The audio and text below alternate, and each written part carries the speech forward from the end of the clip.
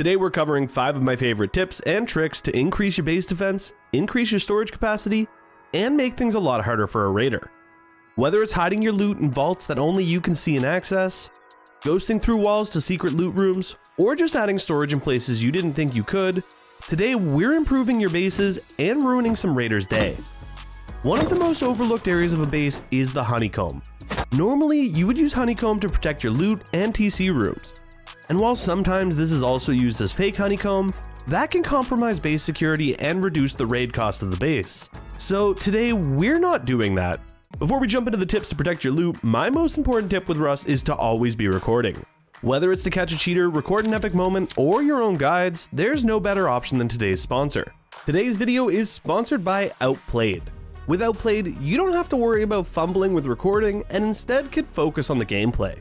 Getting to work as soon as you launch your game, Outplayed will capture everything. But if you're looking to create that next viral clip, you're gonna need more than just gameplay, adding in your mic and camera to really spice up the clips and make it your own. Once you close the game, Outplayed will open up and here you can edit or trim down your clips to only show what's important. Finishing up, you can send that footage directly to your friends or even straight to your socials. With over 300 games supported and free to use, Outplayed is the best option for a gamer looking to capture their gameplay. Make sure to use my link down below in the description to help support the channel and start recording today. Tip number 1, vending machines. While not quite as strong as say high qual metal, if you're planning to only increase your Honeycomb to metal, an 8 rocket raid, a vending machine can actually increase that to 9. Not only does it increase your security, turning a stone wall into a 9 rocket raid, it can also be used as storage. For this reason, a vending machine can be an amazing way to add security and storage to your base. You see, even with a stone build, a vending machine in a doorway will actually still cost more to go through than just a stone wall. That's because they have to go through both the wall and the vending machine to get past it. Now, normally placing a vending machine as intended will protrude out and prevent you from building typical loot rooms. And in order to offset this, we're going to be placing our vending machine before the door frame. By placing the vending machine centered and pushed back a little, we'll have plenty of room for a doorway later on. And while currently you can't place a door in front of it, you don't need to, as from the outside, anyone blowing in couldn't get past this vending machine even if they tried to blow up the wall. Not only that, if they destroy the vending machine in order to proceed into your base, any loot inside will be completely destroyed.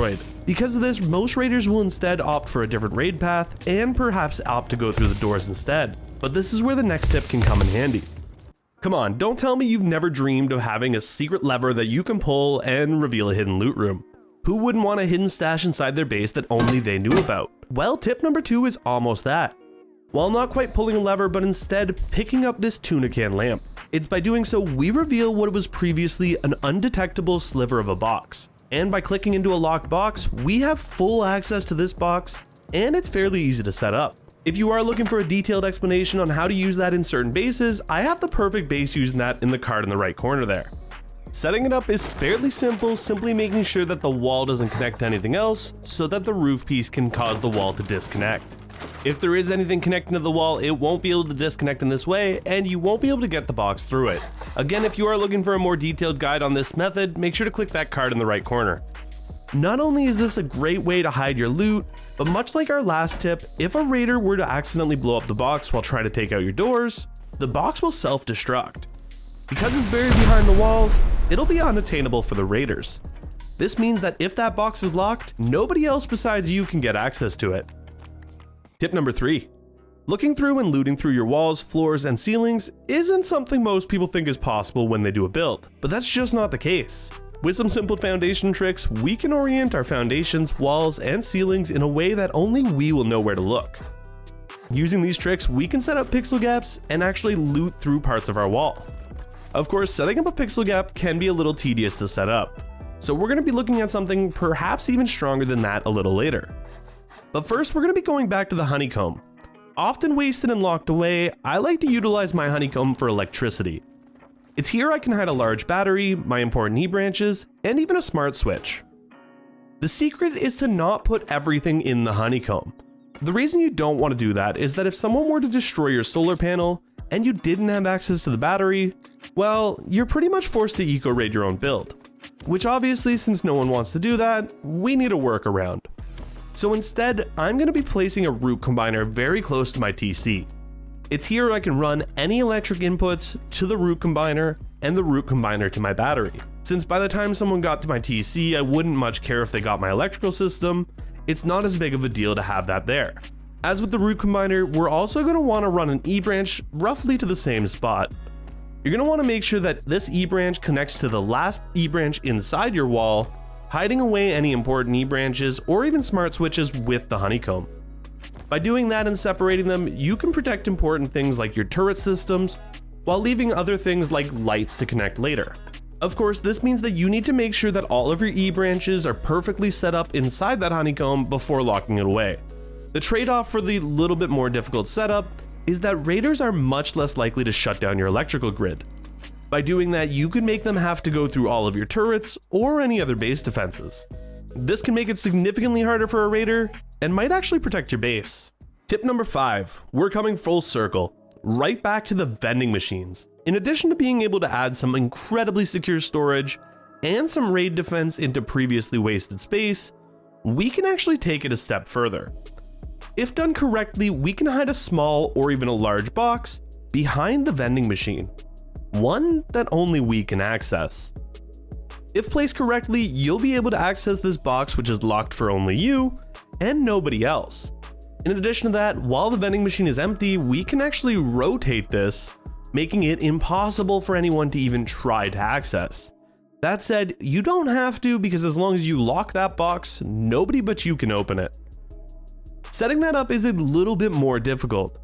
In order to place it, you're going to need to make sure that your vending machine is placed centered, back like previously, and lined up a little to the left or right. By lining it up just a little bit to that direction, we can place it in a way that there will be the tiniest of gaps. Now this is very difficult to master, and it's something I recommend you heading over to a build server if you're attempting to practice it.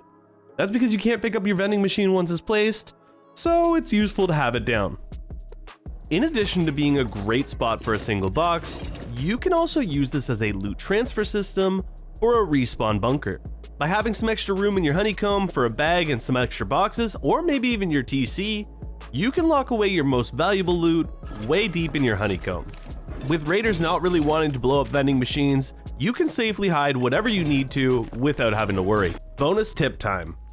Door campers are the scourge of Rust. Nobody likes them, and they ruin the experience for others. So that's why you need to do everything you can to prevent yourself from being door camped. And while the most obvious option is to have more than one door and preferably roof access, one tip that not everybody knows is that you can use comfort to detect enemy players. Normally a campfire will provide up to 50% comfort if you stand by it.